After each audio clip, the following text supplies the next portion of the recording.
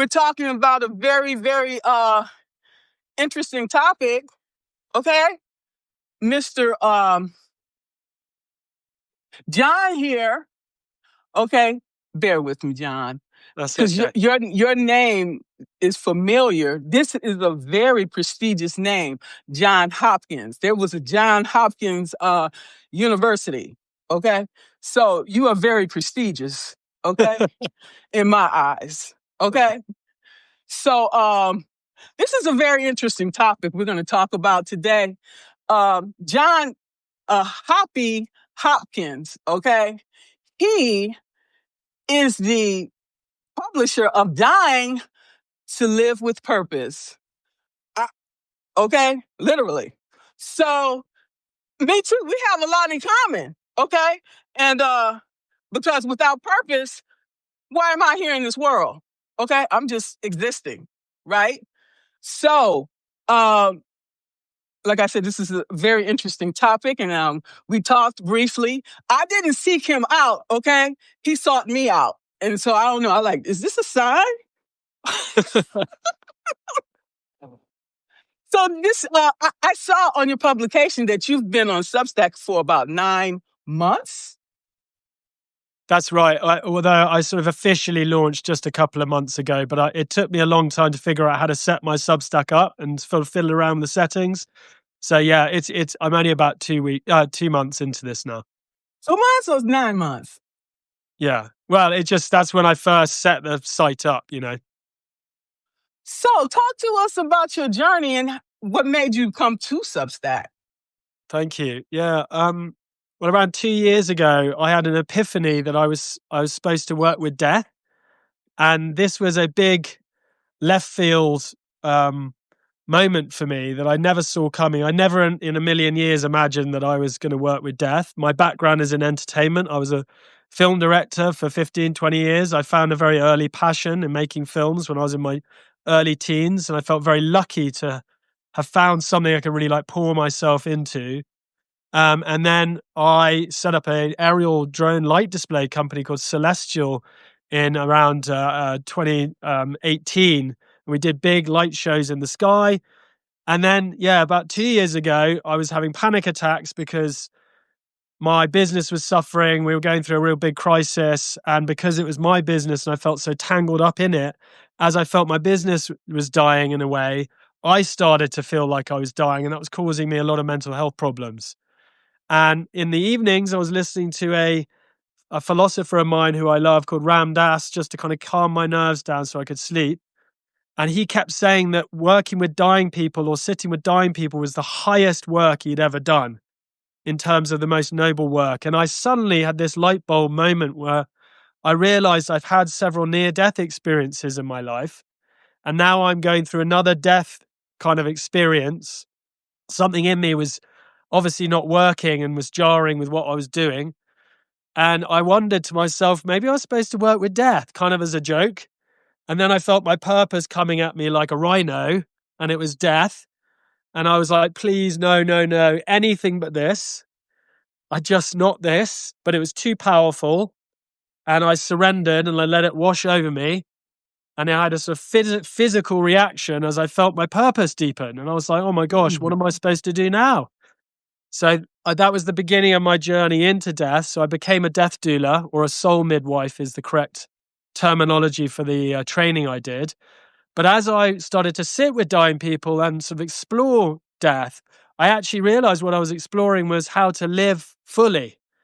So I wrote a book, which I've got on a shelf ready to publish. But a friend of mine said, before you publish that, maybe you should launch it all on Substack. So that's why I'm here now. And my publication, Dying to Live a Purpose, is all about raising people's awareness of their mortality, because we live in a society that essentially doesn't want to have anything to do with death. And so we don't talk about it. We pretend it doesn't exist. And as a result, we take life for granted. And this has severe consequences, not just to our own potential in life, but also to everything we do as a society, from politics to economics to education. We're making all these decisions based out of a fear that we're not even aware of, and the fear of death, which sits under all fears, is something no one wants to discuss. So I'm here to kind of bring this into the open and have a discussion and hopefully make this conversation accessible and, dare I say it, fun. Because my background as a comedy film director, I want to kind of Wow. bring joy and color into this conversation, and hopefully, it's such an important conversation, and no one's having it at the moment. You're right. And I like to address those topics, the elephant in the room that nobody want to talk about. And that is the reason why we still walking around with this trauma, okay? Because we refuse to deal with it. Okay, until we deal with it, it's going to follow us to the grave. Okay? That's right. So that's what you're talking about right now.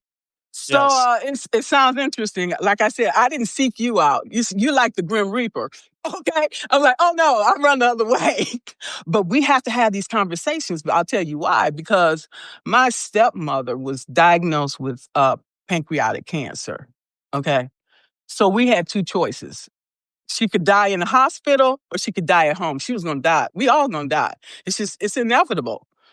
And so that's why it's so important for us to live each day to the fullest, okay? Because our last day could be today. We could go out there and have a head-on collision and be dead. So we need to take these things in consideration, okay? Yes. So we decided to let her die at home, okay? So they came to a point where they stopped giving her medicine, stopped feeding her. They were basically giving her morphine, just making her comfortable. And they always say you see them getting better before they pass on to the other side. And we started seeing that she was getting better, but right after that, she passed away because the doctor usually will tell you, well, you got 6 months to live. Okay. Just say, for example, the doctor tell you, oh, I got 6 months to live. Then you're going to start thinking about all the things that you always wanted to do and never took the time off, never wanted to spend the money. Those are the things you're going to want to do. Why not do that now? Yes. Okay? That's it. Yeah. Exactly. And that's the psychology that I'm trying to bring in with my work, is making people to wake up to owning, getting into that bucket list now. Don't postpone what needs to be said, what needs to be done. And what's so interesting is the moment you start to acknowledge your mortality. And by the way, Buddhist monks every morning, when they wake up in the morning, the first thing they do is they meditate on their own death, just for a few minutes. And then what happens is they're able to step into every day in full gratitude for being alive and aware of like the preciousness of each day that we normally take for granted, right? We think we're going to live forever, and we just sort of, and as a result of taking life for granted, we postpone all the important things, we often do. So by acknowledging your mortality, what happens is you start to wake up to your time is finite. And when you do that, you realize you need to get on with your bucket list. And so you start to try new things. You step out of your comfort zone. You discover bravery that you never had before. You start to realize you could do things that you never thought were possible. And suddenly, before you know it, you're stepping into your potential and you're stepping into deeper purpose in life. Right? So it's a very Absolutely. simple like chain reaction, and it just starts remembering your mortality. Absolutely. So I remember back in the day growing up in Detroit, there was Jack Kevorkian. I know you got to remember Jack Kevorkian. I don't ring a bell. He was called Dr. Death. They made a movie Okay. about him, and he would Right. go and take people out of their misery, basically. Okay. But he was doing it illegally. So that's one of the things that I wanted to ask you about, because every state has its laws and regulations. Okay. That's not to say, you see somebody is really suffering and really, really, you can't take it and they can't take it. And they say, well, can you please, so, you see situations like that. So what's your thoughts about that? You mean about euthanasia? Is that your question?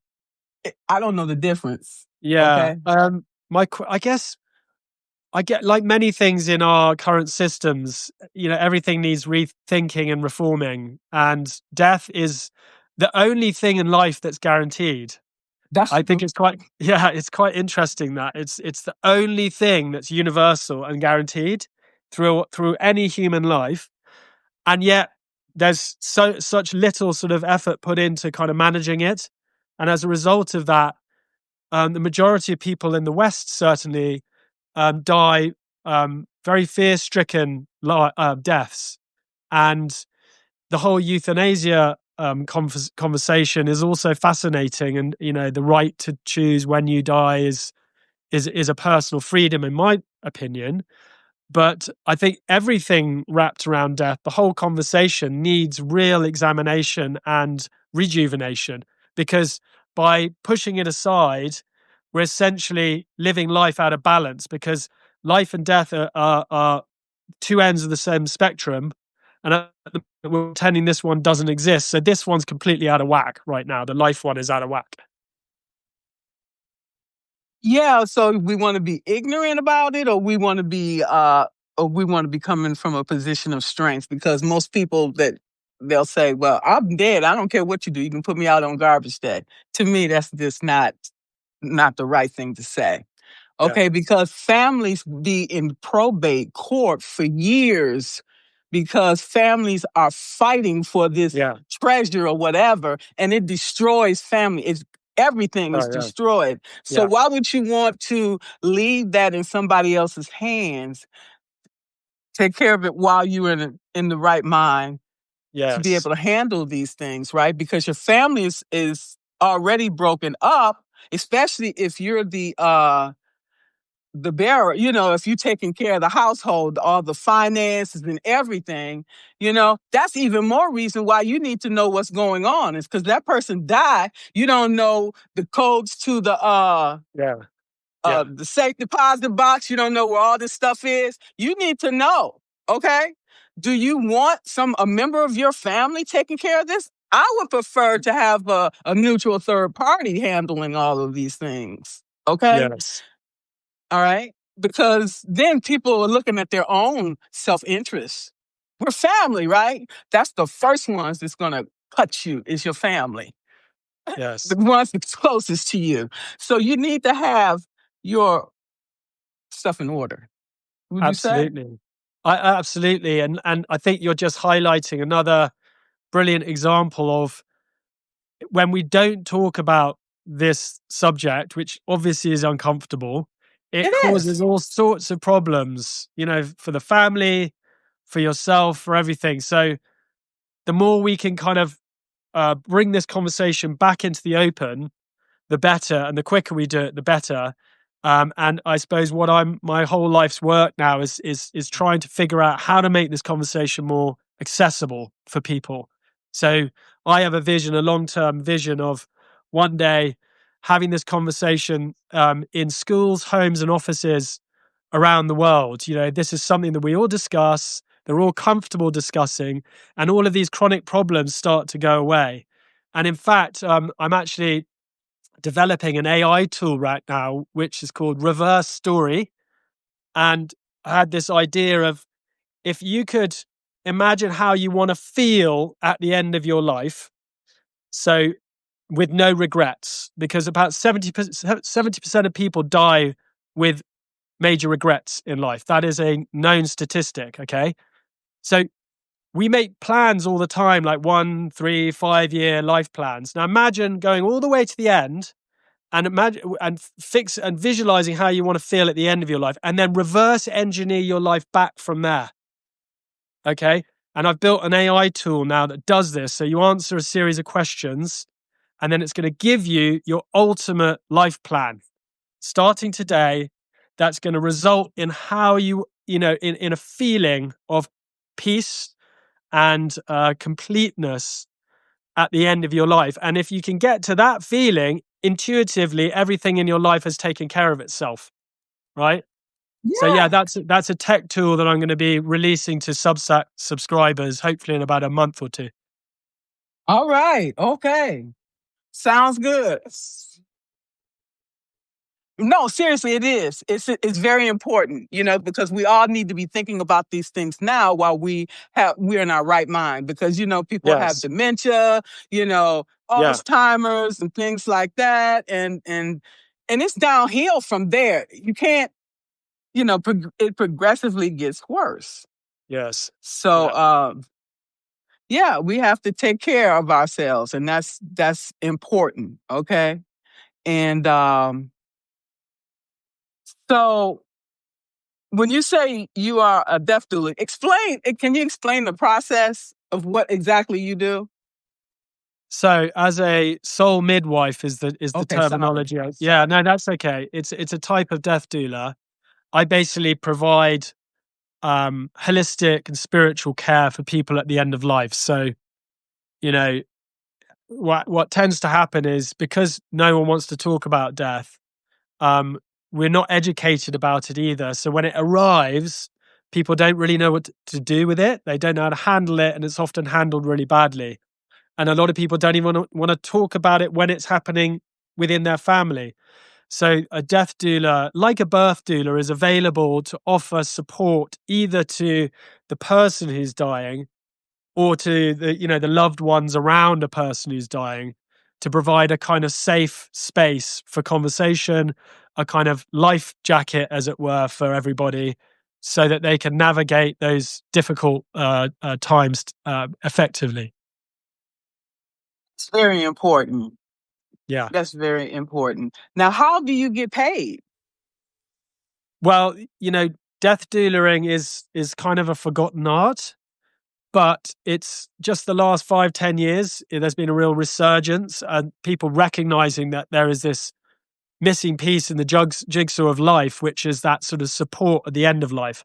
Most people just get shipped off to hospital and die in a bed, but Hospice. actually, yes, and back in the day, all of our indigenous ancestors, every community would have somebody who would be there for people at the end of life.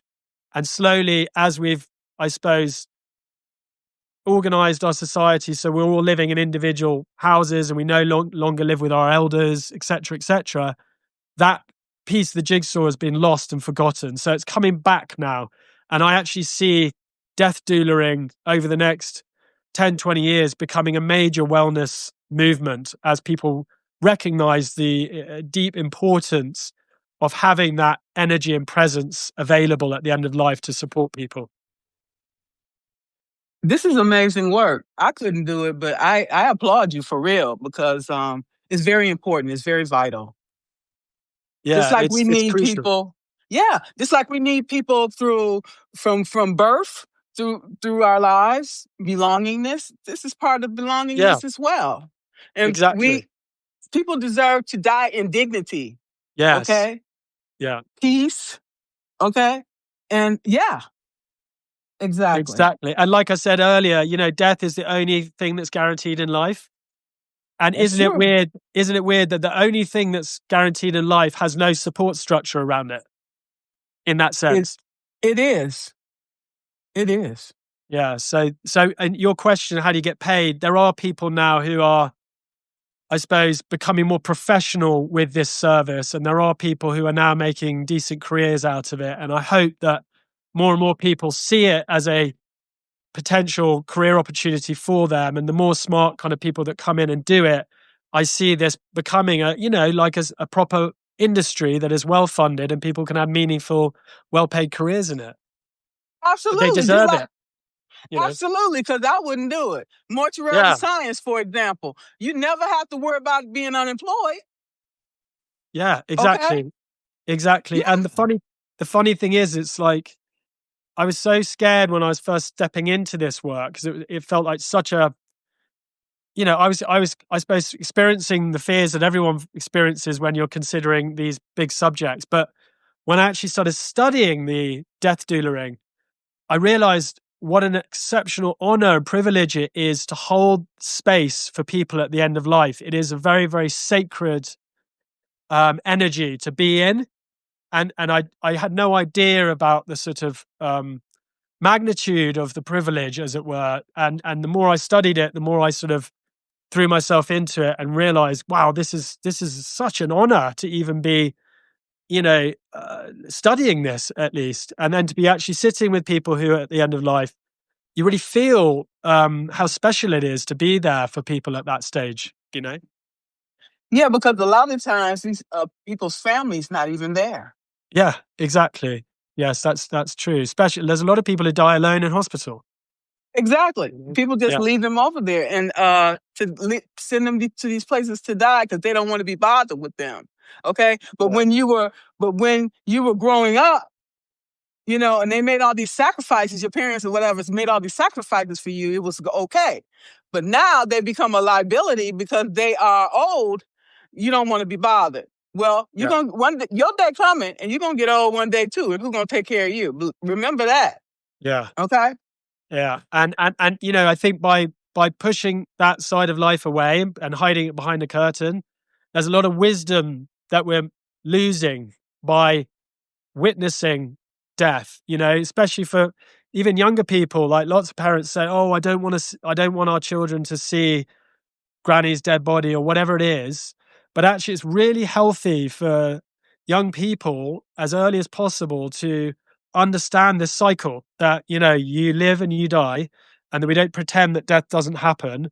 And actually, the more that children and young people can be around that, the wiser they become, the quicker they become wise. And stronger. Yes. Okay, because we handhold these kids, and these kids is just become worry adults, and it's like you didn't get Yes. no home training. Okay. Yeah. Yeah. So Exactly. yeah, because I look at when you look at all the ancestries, okay, they prepare, even I was in Egypt, and you go to all these different places, and they prepare the body for burial, Yes. you know, and Yes. everybody is around, and it's ceremonial. And even the Yes. kids are a part of that. That's a part of your culture, who you are. You know what I'm saying? Why you want to hide that? Yes. Okay? Yeah. And then you wonder why we walking around like this, we don't know who we are. It's Yeah. because, you know, we lost all that history from the past. And they're Abs- trying to permanently strip it off. I told somebody the other day, I was like, if I had a kid now, that kid would be homeschooled for real, period. So, yes, I really appreciate this conversation, even though it was uncomfortable. It's necessary, like I told you. Okay. yeah. Yeah. And your work is just as important, as, babysitting a baby and all the process and all the things we have to go through. And then we have to figure out, okay, how we want to be, you know, leave this world. Do we want to be cremated, or do we want to be buried, or what is it that we do? What we want? Yeah.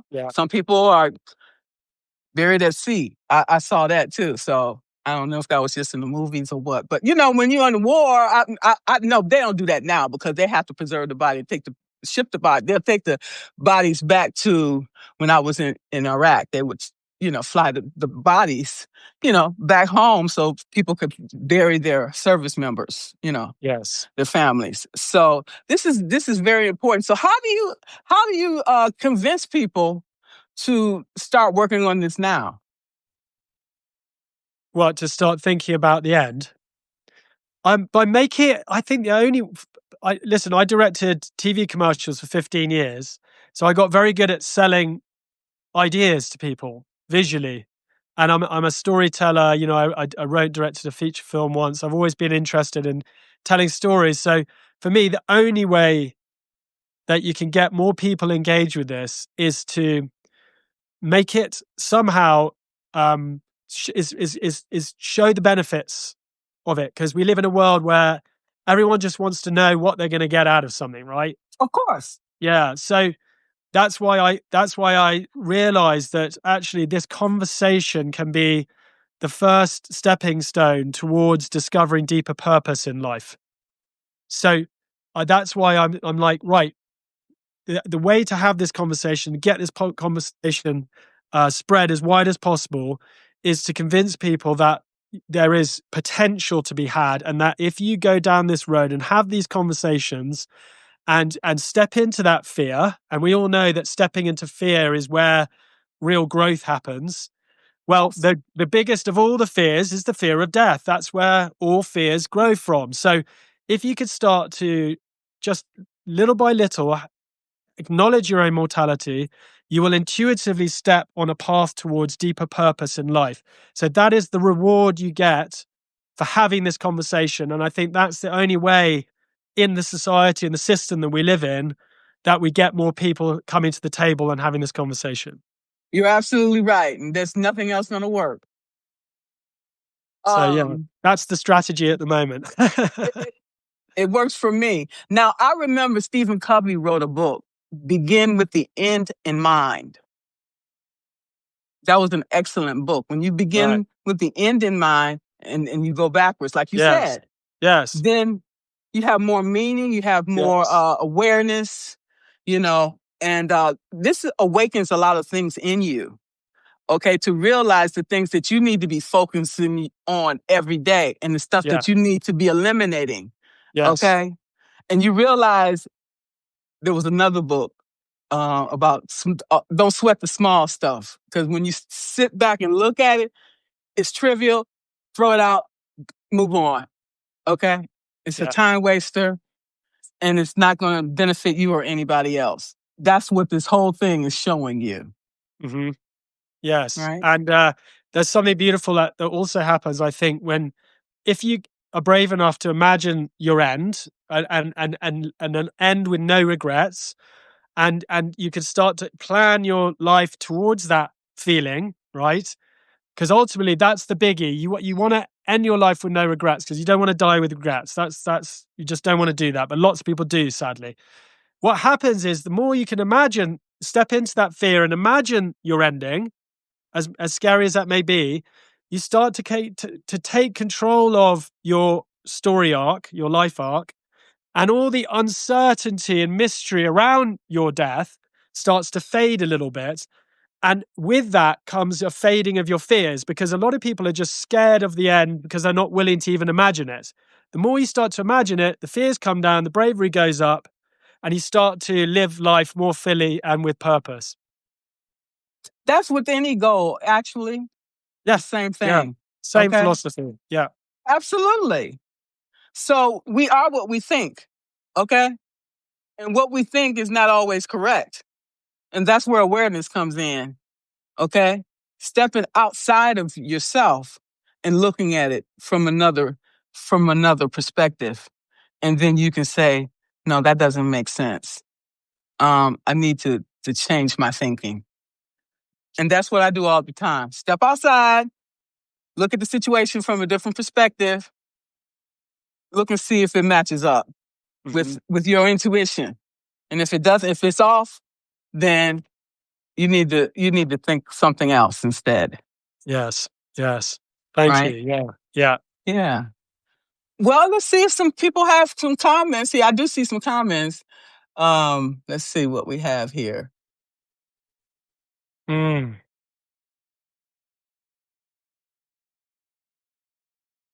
We need to alleviate the fear of physical passing. Absolutely. An advocate of what the Spirit said. Let's see. We need to toss our trash. Absolutely. Brandon said, I'd love to wake up to John's garden behind him. That would make me a bit happier. Me too. I love it. And unforgettable. Death and taxes. We forgot about the taxes. Yeah. She said, the advocate of the Spirit said she knew Elizabeth Kubler-Ross. That name sounds familiar. Yes. Yeah, she's written about this a lot. Oh, okay. It's really interesting. If you go back through the ages, all of the, many of the greatest philosophical minds in human history have all spoken about the importance of recognizing death as a path towards purpose in life. It's incredible, actually. And something I'm doing on my Substack once a month is releasing an essay on, for example, a quote from a famous person. So far I've done Abraham Lincoln, Maya Angelou, and Carl Jung, all talking about this topic and how important it is to have the conversation around death because it allows you to live more fully. I love that. Juliana says, "What a wonderful gift you are giving humanity." Thank you. It's definitely been scary for me to do this, to leave my old career and step into this space. But I can imagine. it feels very true, and I'm already getting a lot of beautiful feedback from people only 2 months into this. That's great. Juliana says she did a hospice internship, and uh, to be there for someone's last breath is a sombering reminder. Wow. Yeah, it Yeah, is. yeah. Well, like I said earlier, I think it's the statistic is something like 70% of all people who die with major regrets. And so that is what I want to solve. I want to help as many people to get to that point at the end of their life where they're not dying with major regrets. So that means doing something about it now rather than leaving it too late. Absolutely. And that's why I'm on Substack, to tell people, come on, let's go. While you're still in good health, let's achieve your goals. Okay. Yeah. Let's get you to where you want to be, because our time on this earth is limited, and our day could be called today. You never know. So enjoy every day, celebrate every day. Okay. Yes, absolutely. And treat it like every day is like your last. It's that carpe diem idea. Absolutely. No doubt. Does anybody have any questions for John here? Do you have any suggestions or final comments you would like to share with everyone? Well, firstly, just thank you for the conversation. I'm quite new to this. This my first ever Subset live call, and I'm still finding my voice. And this has been a scary road for me to take, but I feel like I'm sort of walking the walk of discovering my own purpose in the process of doing this work, and it's very rewarding, very different to anything I've ever done before. But I'm having to really trust into my gut instinct with this. But yeah, I'm already feeling lighter. I'm sleeping better, and all the kind of lovely benefits of experiencing purpose more fully. So yeah, I just want to say how just throw my gratitude out for everybody who's on the call today, and please check out my web the Substack for more information. Dying to Live with Purpose. Well, I truly love your work, John, and I am I'm glad you reached out, because this was an important conversation to have. Really Thank you. was. Thank you. You're welcome. Let's see. President for You says end of life doulas help people in their transitions. I'm curious what he thinks about doulas. Well, I am a doula. Maybe that was missed earlier. So I'm what's called a soul midwife, which is a particular type of death doula. But yes, that's where my journey began, is studying to become a death doula. And as I did my study to become a doula, I started to spot this thing, which was, by not having this conversation about death, we're essentially creating limiting beliefs in life. And the two things are connected, like death and purpose, I realized, are two sides of the same coin.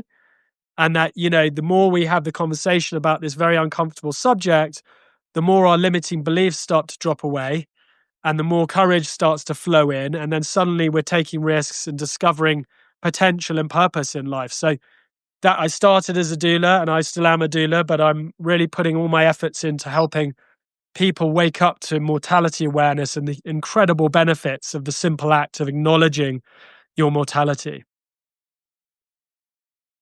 An advocate of the spirit says, have you ever used hypnotherapy with dying patients? No, I've never. What I've tended to do with dying patients is simply sit and be present and not try to fix anything. That's something we get taught in doula school. It's like, you're not here to fix anything. You're just here as a force of unconditional love.